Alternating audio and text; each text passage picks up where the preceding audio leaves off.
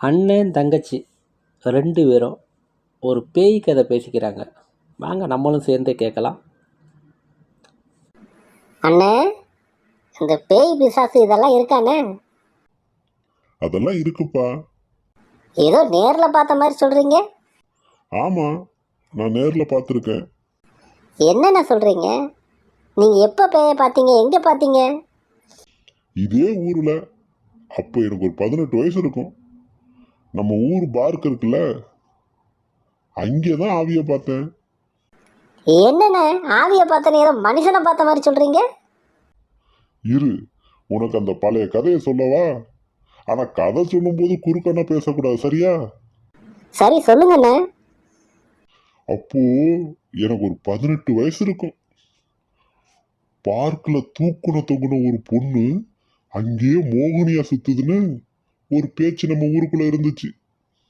அதுவும் அந்த பேய் சின்ன வயசு ஆம்பளைங்களை பார்த்தா அப்படியே ஓங்கி ஒரு அறை கொடுக்குமா. அந்த அறைய வாங்கினவன் ரத்தம் கக்கி சாக வேண்டியதானு எல்லாரும் நம்பினாங்க.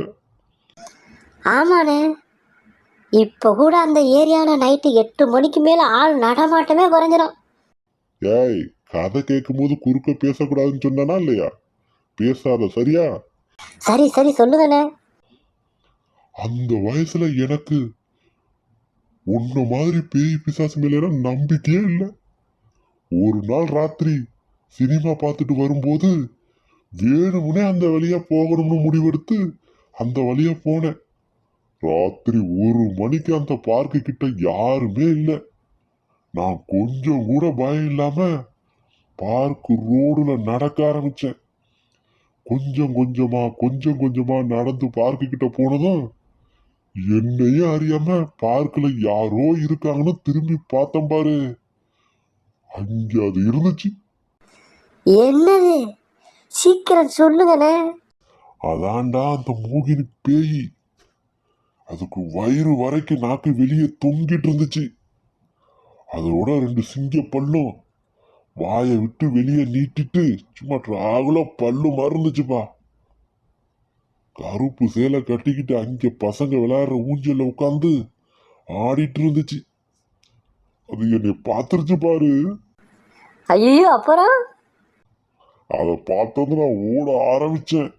அது என்னை துரத்த ஆரம்பிச்சிருச்சு. அன்னைக்கு பார்த்து செருப்பு காலில் கடிச்சதுனால என்னால வேகமா ஓட முடியலப்பா. பேய் என்னை நெருங்கிருச்சு. இன்னும் ஒரு அடியில என்னை பிடிச்சிடும். பிடிச்சிட்டா ஒரே அறைதான். புது செருப்பை கலட்டிட்டு போட்டு ஓடவும் எனக்கு மனசு வரல. அப்புறம் என்னாச்சுனே? இப்போ பேய் என்கிட்ட வந்து என் கூடவே உட்கார ஆரம்பிச்சிருச்சு. சரியான நேரம் பார்த்து கைய ஓங்குது. அப்புறம் என்னதான் செஞ்சீங்கண்ணே? அப்போ ஒரு சுவர் தெரிஞ்சிருச்சு. அப்படியே ஒரே ஜம்புல அதை தாண்டிட்டேன். அந்த பேய் புடவை கட்டி இருந்ததுனால சுவர் மேல ஏறி குதிக்கவும் முடியல. நான் தப்பிச்சிட்டேன். இதுதான்ப்பா நான் அப்போ பார்த்த ஒரு பேய் கதை. ஓகே பாய்ங்க.